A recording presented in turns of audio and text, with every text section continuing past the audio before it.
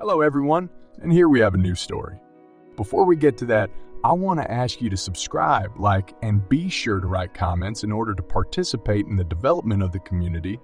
Write how to improve my community, current topics and the stories you are interested in, and much more. I read and listen to all the comments.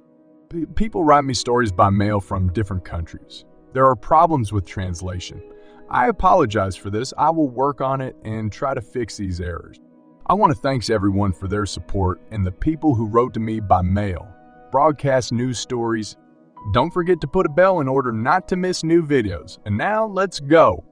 I greet everyone and want to tell the story of how I caught my wife with her lover and what happened that day. For full understanding, I will start my story from the very beginning. In the morning, I opened my eyes. My wife was still sleeping sweetly. I was looking at the face of my beautiful wife. How beautiful she is. I love her so much. My first wife died of a serious illness. Attempts to save her were unsuccessful. She couldn't bear me children, and that depressed her even more. Before, when she was still in college, before she met me, she had an abortion, and its consequence was infertility. She didn't confess to me for a long time. Then the disease progressed, and there was no need for recognition anymore. Before she died, she still confessed, justifying it by saying that she loved me very much. She asked for forgiveness, but she knew that neither God nor I would forgive her sin. After her death, I thought a lot about whether I loved her, why she lied to me for so long. She could have admitted it earlier. I would understand everything. She made a mistake in her youth, but she can still be forgiven. She died, and a void formed in my soul. Time flew by imperceptibly. There were no children, and short-term affairs did not bring me happiness. I recently turned 46 years old. 2 years ago, I was returning from a business trip by train. There, I met a beautiful girl 8 years younger than me. Beautiful, charming, and cheerful, she immediately fell into my soul. We started dating. She lived in another city. We talked to each other. I fell in love very much and quickly made an offer to become my wife. I knew she liked me, but I was unexpectedly rejected. She found out about my past life by telling me about it. I'm sorry, but I can't deceive you. As a child, she was skating and fell through the ice. Because of this, she cannot have children. She also had a husband with whom she broke up because he drank a lot. Her confession puzzled me. I thought about it a lot. However, after 3 weeks, I proposed to her again. I guess I'm not destined to have children, and it's too late. Thank you so much for the truth, I told her. She hugged me and said that she also loves me very much, and in her life she has never had true love. As a result, we were married for almost 2 years. I believed that she was my destiny. And now the clock struck 7 o'clock in the morning. Are you awake? She asked. No, I admired you. What a blessing that I have you, I replied. In the evening, I got a call and was told that I needed to go on a business trip. I worked at an aircraft factory. My wife worked as a psychologist. All day, she cooked various goodies and fed me. There was a knock on the door. My wife opened it and saw my friend, who was the head of the aviation plant. I was very surprised. Did something really happen? Don't worry, I heard in response. We will discuss some issues on the way to the airport. I'll give you a ride and we'll talk. Do you mind? He added. Of course not. Well, we've sort of already discussed everything, I replied. I said goodbye to my wife, kissed her, and promised to return soon. Okay, honey, I'll be waiting, she said. Call me when you get on the plane, she added after me. When I got outside, I got into the car and immediately asked a question. So what's the matter? The boss started explaining the questions about the drawings again so that I wouldn't forget anything. My friend, I'm very well prepared. Why are you testing me like a child? I asked. Okay, I just decided to walk you out, he said. There were 30 minutes left before check, in at the airport. My friend was excited, and then he started talking. You will hand over your ticket, we will call and say that you are ill, and I will fly in your place. Then you will call your wife and tell her that you got on a plane, sit at the airport for 2 hours, go to a restaurant, have a drink, calm down, and only then, without warning anyone, go home by taxi. Now the main thing to remember is that I'm your friend. I'll give my head for you. Today, your wife will have a date with the pilot. From where I got this information, I'm sorry, but I won't talk. I can no longer remain silent and previously tried to hint to you that your wife is very free to communicate with men. But you didn't want to listen to me. You were ready to tear me to pieces and didn't believe me. There are rumors at the factory about your wife's infidelities. Someone saw her with the pilot, someone else with some man. I can't listen to this gossip. First of all, you are my friend, and these conversations must stop. This has been going on for 6 months. As they say, trust, but check. If I'm lying to you, you can do whatever you want with me. You can smash my face with anything. I just want you to understand that. I'm really hurting for you. Please, the main thing is to control yourself. After listening to all this, I stood in silence and did not understand what was happening at all. After 5 minutes of silence, I quietly answered him, "Are you crazy? And anyway, what kind of games are these? I can't believe it. I can see how she treats me. She is sincere even in bed. She constantly talks to me about love and is glad that I met on her way. I can't even imagine for a moment that she could lie to me so skillfully. This is some kind of nonsense. Go to hell." "Come on, I'm boarding soon. I'm flying in your place," my boss shouted to me. I froze in disbelief and began to say that you don't even understand what a humiliating position you are putting me in. It's like I've been dipped in shit. I'm sorry, but time will tell. If you're not ready today, then fly. And you don't need any trouble, my friend replied and patted me on the shoulder. My thoughts were confused with all my might. I did not want to believe in my wife's infidelity. It was hard to breathe. I felt a wild pain in my chest. I was sitting there and didn't know what to do. And then I heard that a passenger had arrived who was late for my flight. My brain was consumed with bad thoughts. I dialed my wife's number and calmly said that I had boarded the plane. In response, I heard the joyful voice of my wife wishing me a happy journey. I sat in the terminal for more than 2 hours. It was drizzling outside. The fresh air calmed me down. I had a terrible headache, and the same question was in my thoughts. What to do? The soul was afraid and did not want to know the truth. But my mind kept telling me to go home. In the end, I called a taxi and drove home. I drove up to the house and went to the front door. My heart was pounding loudly and the veins in my temples were swollen. I stood at the door for half an hour, but there's no point in procrastinating. I opened the door softly. When I entered the hallway, I saw someone else's men's shoes, gathering all his willpower into a fist. I told myself to be calm. All I needed was self-control. My face was petrified with a dull expression devoid of any emotion. I realized only one thing. First of all, calmness and equanimity. No hysteria. It will be the strongest blow, similar to a knockout.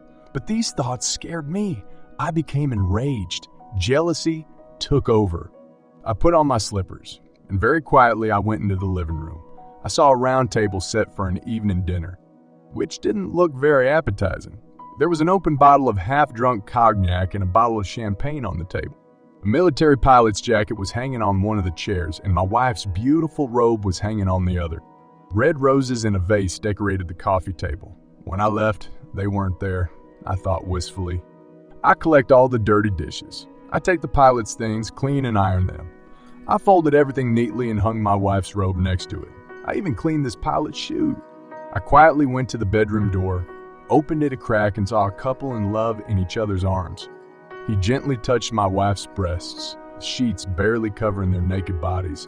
The lovers' faces froze in a mask of pleasure and complete sexual satisfaction. My wife's shamelessness has unsettled me. It's like I'm possessed by a demon. I quietly closed the door and went to the kitchen. Sitting in the kitchen, thoughts left my mind, silence reigned inside. It seemed to me that life was dying in me. Looking at the fact that it was already 4 o'clock in the morning, by opening the refrigerator. I had the ingredients for breakfast. An hour later, a cooked breakfast was waiting for my guests. The rich aroma of freshly brewed coffee spread through the house. I poured the coffee into the cups and put the cups on the tray. Taking a tray of coffee, I went into the bedroom, quietly entered, approached the vacationers, and spoke loudly. "Please hurry up.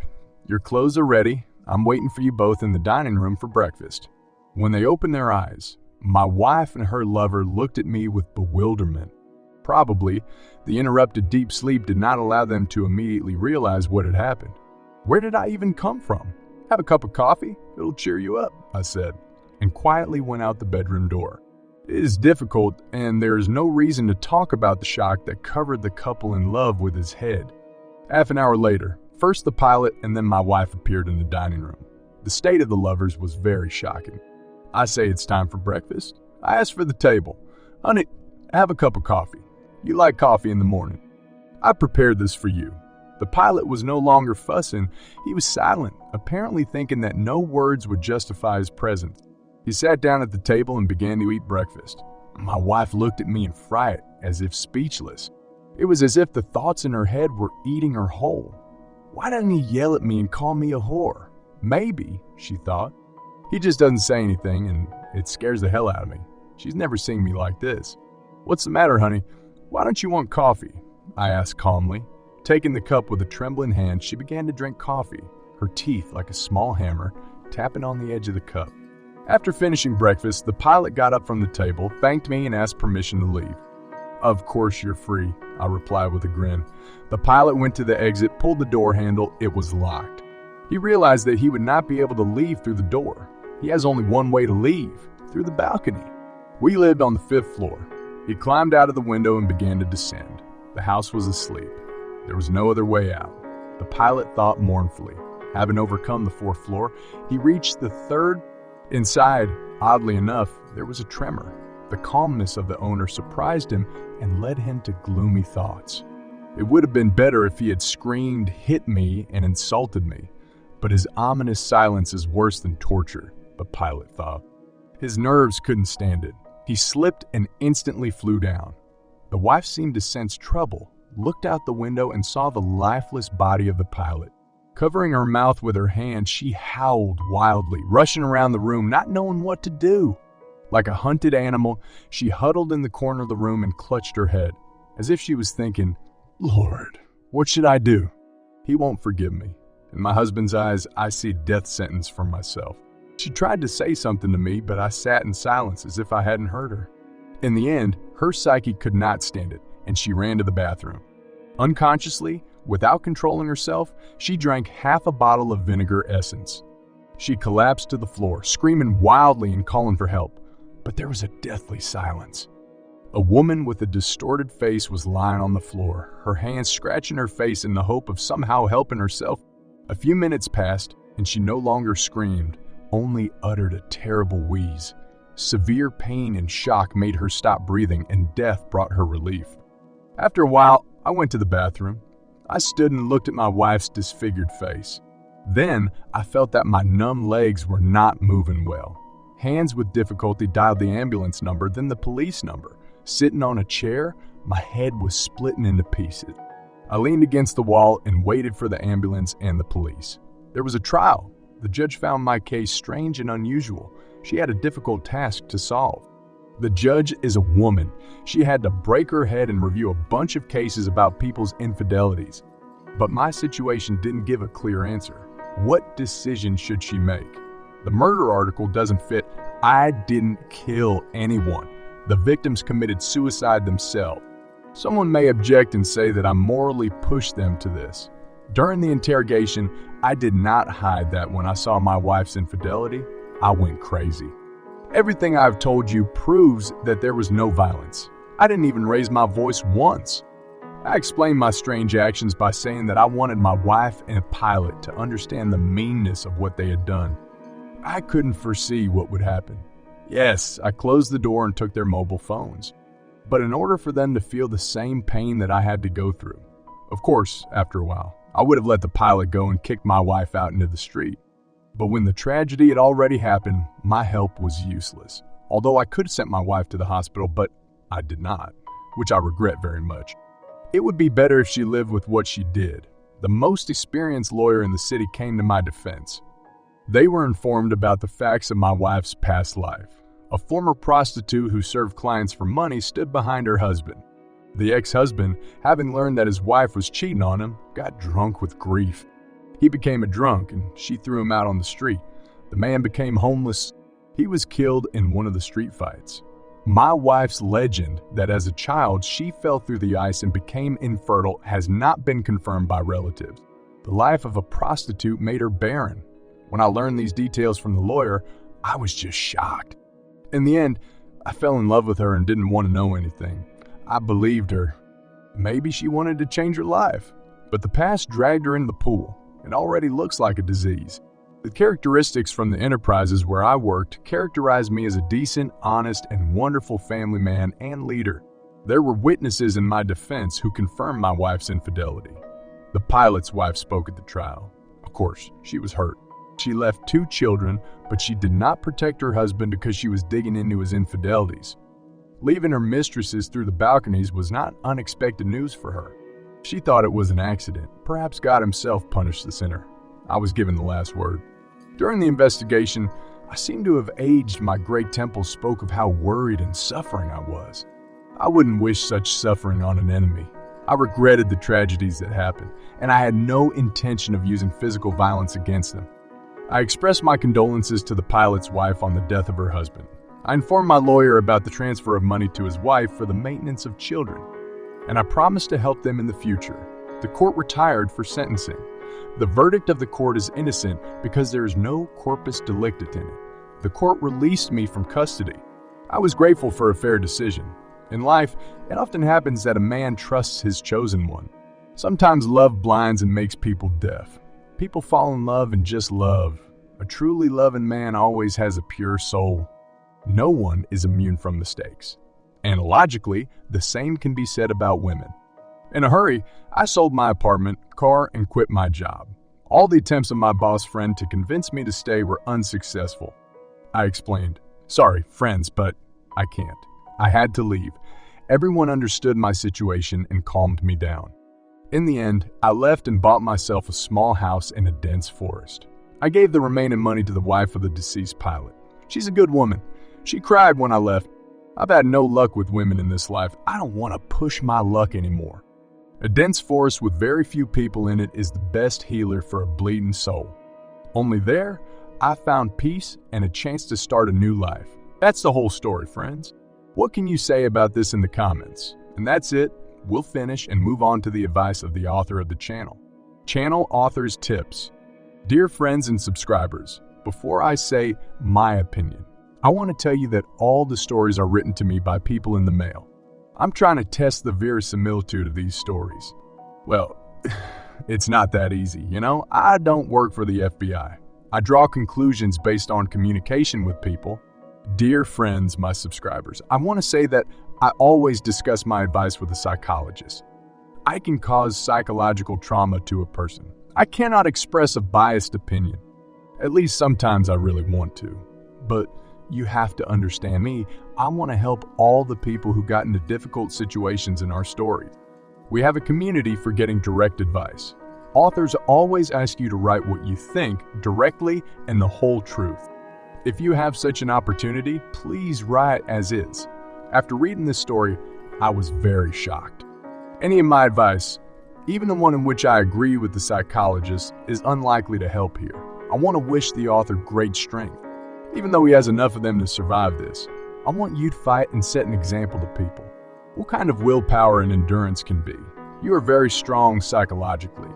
There are very few such people. Most would go crazy. I just don't have the words, to be honest. Stay as strong. I think fate will give you a happy life. You deserve it. I admire you. Friends, what can you say about this story? It will be very interesting for me to get acquainted with your unbiased opinion. If you have watched to the end, I want to say thank you very much. I love you all. Thank you for joining me on this exciting journey of love, betrayal, and redemption. I appreciate your support and encourage you to subscribe, like, and share this story. Your participation and feedback are invaluable for shaping our content and promoting mutual understanding and community growth. Until we meet again.